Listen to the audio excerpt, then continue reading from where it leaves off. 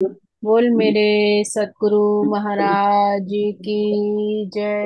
बोलो बांके बिहारी लाल की जय। भजमन नारायण नारायण नारायण, श्रीमन नारायण नारायण नारायण, स्वामी नारायण नारायण नारायण, हरि हरि नारायण नारायण, श्रीमन नारायण नारायण नारायण। मोर मुकुट माथे तिलक विराजे, मोर मुकुट माथे तिलक विराजे, गल बैजंती माला साजे, गल बैजंती माला साजे, चक्र सुदर्शन धारायण, हरि हरि चक्र सुदर्शन धारायण, श्रीमन नारायण नारायण नारायण, स्वामी नारायण नारायण नारायण। वसुदेव सुतं देवं कंस चाणूरमर्दनम्, देवकी परमानन्दं कृष्णं वन्दे जगद्गुरुं, कृष्णं वन्दे जगद्गुरुम्। इस संसार के सर्व स्वामी जगत गुरु श्री कृष्ण के चरणों में मेरा कोटि कोटि वंदन है। ओम श्री परमात्मने नमः। श्रीमद् भगवत गीता अथ षष्ठोऽध्यायः। हाँ जी, प्रभु की प्यारी सात संगत जी, हम छठे अध्याय का श्रवण कर रहे हैं, जिसमें श्लोक क्रमांक हमने 31 तक श्रवण किए। थोड़ा सा सारांश लेते हैं। पिछले श्लोकों में भगवान हमें क्या उपदेश दे रहे हैं? भगवान हमें बता रहे हैं कि जो मुझे, परम योगी के बारे में बता रहे हैं भगवान, कि जो मुझे सर्वत्र देखता है और जो सब कुछ मुझ में देखता है, अर्थात जल थल, कहीं भी, हर एक कण में, इस प्रकृति के एक एक कण में जो उस परमात्मा के ही दर्शन करता है और सब कुछ मुझ में देखता है, इस संपूर्ण सकल जगत को, संसार को मेरे अंदर देख लेता है, उसके लिए ना तो मैं कभी अदृश्य होता हूँ और ना ही वो मेरे लिए अदृश्य होता है।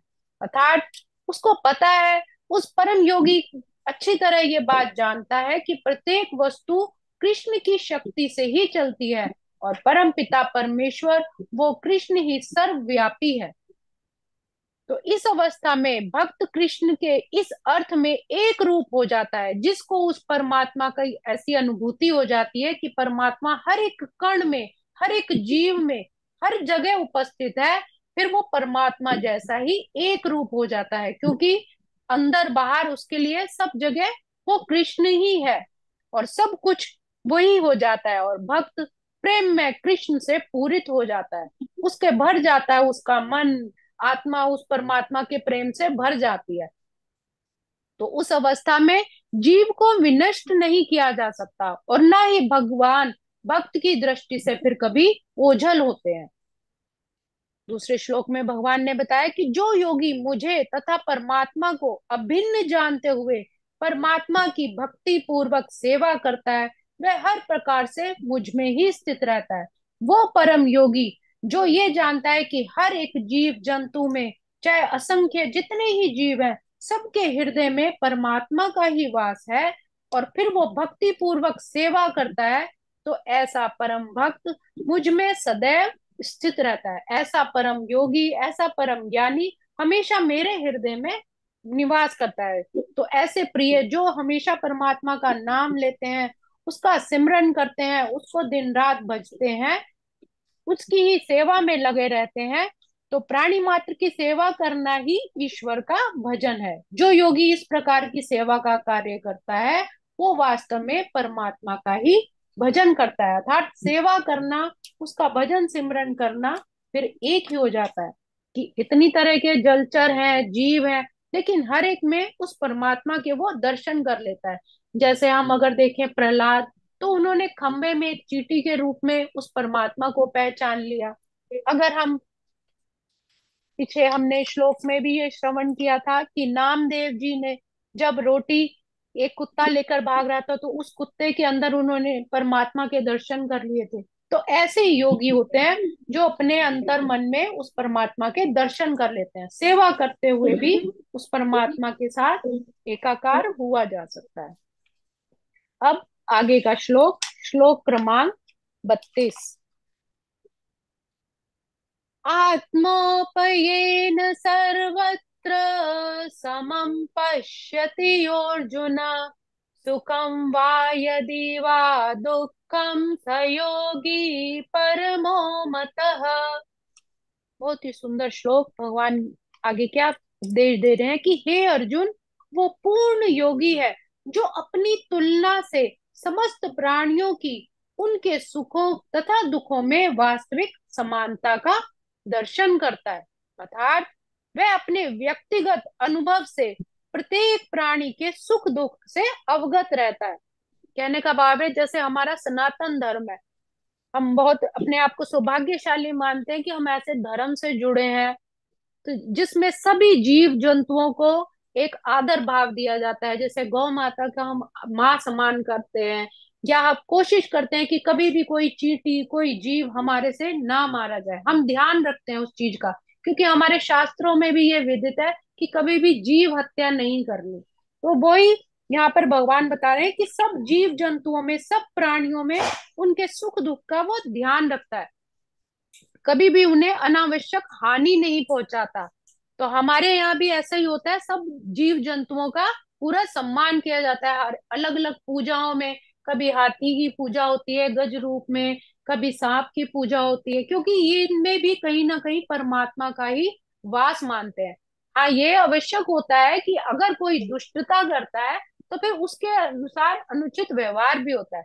लेकिन जहां तक संभव होता है, कभी भी जानबूझकर हम लोग कभी भी किसी प्राणी को हानि पहुंचाने का कार्य नहीं करते। और यही भक्तों का भी, परम योगियों का भी होता है।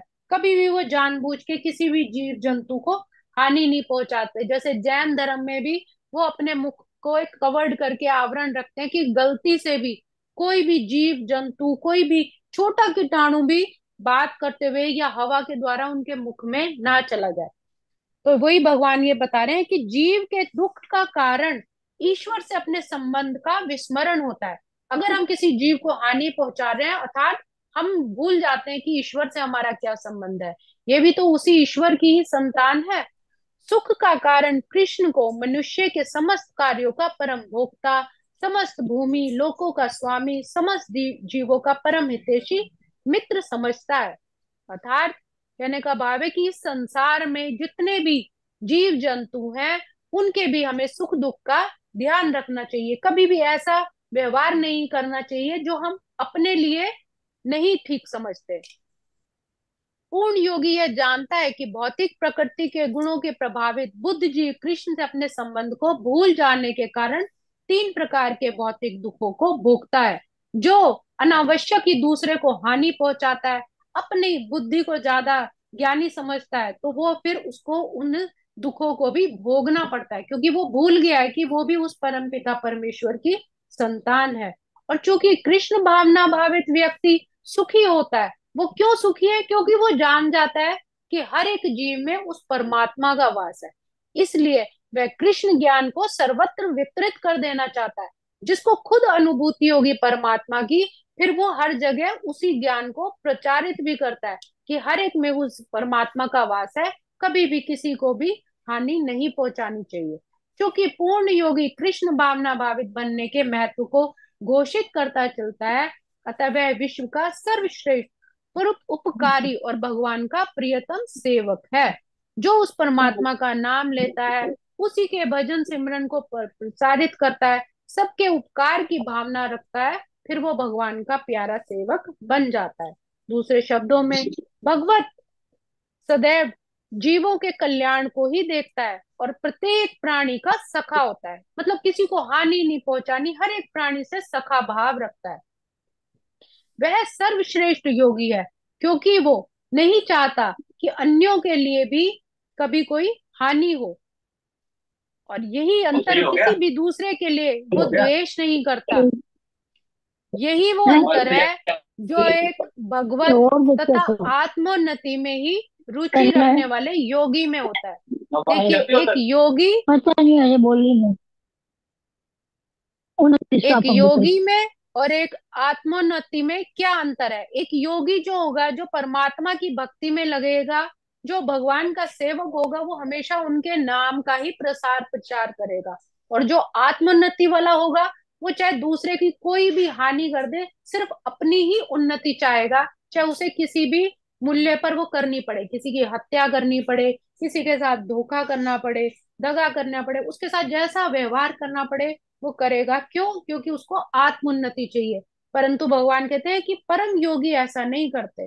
वो हमेशा हर जीवों से एक मित्रता का भाव रखते हैं, वो कभी भी द्वेष नहीं रखते।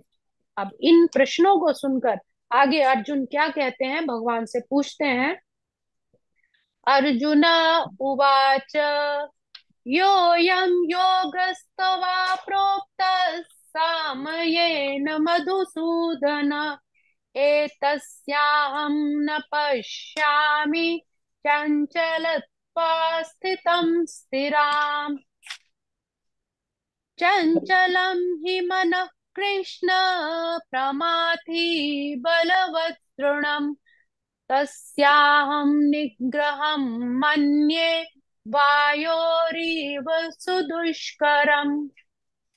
अब अर्जुन के मन में भी ये विचार आया कि इतने प्राणी हैं, ये ऐसे कैसे संभव है, ऐसे योगी, परम योगी कैसे बना जा सकता है। तो भगवान अर्जुन क्या कहते हैं, हे मधुसूदन, आपने जिस योग पद्धति का वर्णन किया है वह तो मेरे लिए अव्यवहारिक है तथा असहनीय है, क्योंकि मन चंचल तथा अस्थिर है। हे कृष्ण, चूंकि मन बहुत ही चंचल है, उच्छल है, हठीला है तथा अत्यंत बलवान है, अतः मुझे इसे वश में करना वायु को वश में करने से भी अधिक कठिन लगता है।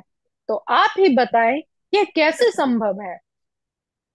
भगवान कृष्ण ने अर्जुन के लिए शुचोदेश्य से लेके योगी के योग पद्धति का वर्णन किया, उसे अर्जुन अपनी असमर्थता के कारण अस्वीकार कर रहे हैं। इस कलयुग में भी सामान्य व्यक्ति के लिए यह संभव नहीं कि वो अपना घर बार छोड़कर किसी एकांत स्थान में, पर्वत या जंगल में ऐसे स्थान पर जाकर योगाभ्यास करे, क्योंकि सांसारिक मनुष्य को, एक सामान्य व्यक्ति को सांसारिक कार्य तो करने ही पड़ते हैं।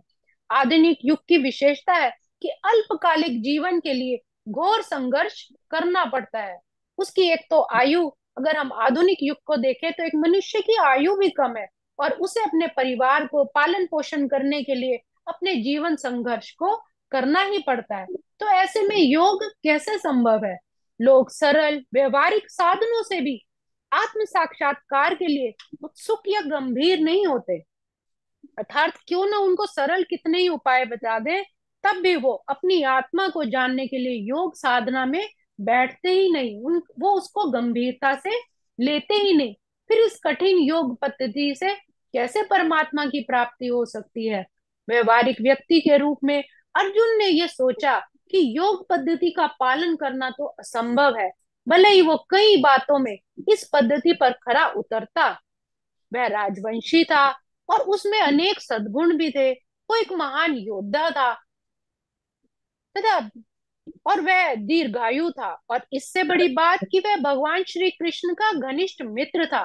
तो 5000 वर्ष पूर्व अर्जुन को हमसे अधिक सुविधाएं प्राप्त थी, किंतु फिर भी वो उस समय योग पद्धति को स्वीकार करने से उसने मना कर दिया। मतलब उस समय अर्जुन के लिए कुछ भी मुश्किल नहीं था, उसकी दीर्घायु भी थी, समस्त चीजें उसके पास थी, वो छोड़ के आराम से, राजकाज छोड़ के आराम से जा सकता था जंगलों में, अपना साधु अपनी योग साधना करने, लेकिन फिर भी उसने अस्वीकार कर दिया। क्यों? क्योंकि उसके ऊपर उस वक्त बहुत सारी जिम्मेदारियों को निर्वाह करना था। हाँ, कतिपय विरले व्यक्तियों के लिए यह पद्धति सुगम हो सकती है, किंतु सामान्य व्यक्तियों के लिए बहुत ही असंभव है। अर्जुन आगे कहते हैं कि हे कृष्ण, मन इतना बलवान और दुराग्रही है कि कभी कभी ये बुद्धि का उल्लंघन कर देता है। यद्यपि उसे बुद्धि के अधीन माना जाता है, इस व्यवहार जगत में जहाँ मनुष्य को अनेक विरोधी तत्वों का संघर्ष करना पड़ता है, उसके लिए मन को वश में कर पाना बहुत ही मुश्किल है। किस तरह मन को इस वश में करे? क्योंकि परिवार की जिम्मेदारी के लिए कभी कभी विरोधी चीजें भी अपनानी पड़ती है। कृत्रिम रूप से मनुष्य अपने मित्र तथा शत्रु दोनों के प्रति मानसिक संतुलन स्थापित कर सकता है, किंतु अंतिम रूप में कोई भी सांसारिक पुरुष ऐसा नहीं कर पाता। जैसे भगवान कहते हैं कि हर एक में उस प्राणी को, मतलब हर प्राणी में आप ईश्वर को देखो। जो परम योगी होते हैं वो हर एक कण में, हर जीव में, हर एक में उस परमात्मा का निवास देखता है। मगर अर्जुन कह रहा है कि ये सांसारिक पुरुषों के लिए संभव नहीं, कि मैं कैसे किसी मित्र में, थोड़ी देर के लिए वो अपने मित्र में और शत्रु में समानता का प्रभाव रख सकता है, दोनों के साथ एक जैसा व्यवहार कर सकता है, लेकिन ये लंबे समय तक, अर्जुन कह रहा है, ये संभव नहीं है प्रभु, क्योंकि मैं अपना मन वश में नहीं कर सकता, क्योंकि अभी उसको ज्ञान नहीं हुआ है, इसीलिए उसके मन में ये द्वैतता आई है। अर्जुन कहते हैं कि ऐसा कर पाना मेरे लिए वेगवान वायु को वश में करने से भी कठिन है। मैं कैसे उस व्यक्ति में अपने परमात्मा के दर्शन कर सकता हूँ?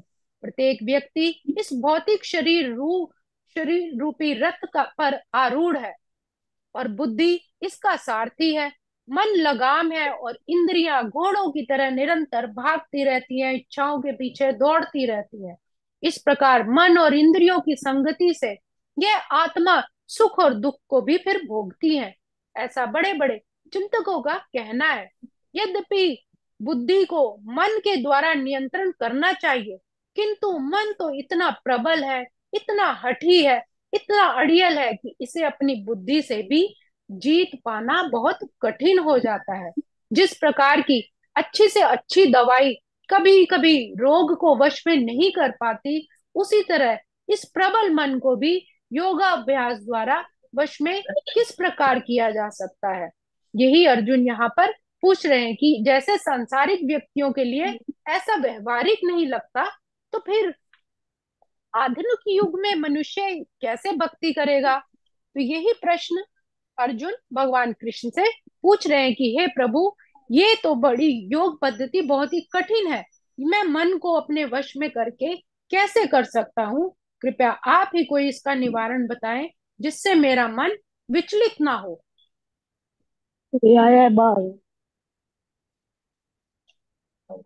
अर्जुन के मन में और प्रश्न है, वह संतुष्ट प्रतीत नहीं होता। अर्जुन श्री कृष्ण से प्रश्न करता है कि जीवन में समत्व रखना आसान नहीं, मन बहुत ही चंचल है, व्याकुल है, अशांत है, इसको नियंत्रण में रखना बहुत मुश्किल है। मन की इस चंचल प्रवृत्ति के कारण ही अर्जुन को उसमें स्थिरता नजर नहीं आती। तो आज के श्लोकों को हम यही विराम देंगे। ओम श्री कृष्णार्पणमस्तु। हरे नमः, हरे नमः, हरे नमः। श्री कृष्ण गोविंद हरे मुरारे, हे नाथ नारायण वासुदेव। श्री कृष्ण गोविंद हरे मुरारे, हे नाथ नारायण वासुदेव। पित मात स्वामी सखा हमारे, हे नाथ नारायण वासुदेवाय। श्री कृष्ण गोविंद हरे मुरारे, हे नाथ नारायण वासुदेव, हे नाथ नारायण वासुदेव, हे नाथ नारायण वासुदेवाय।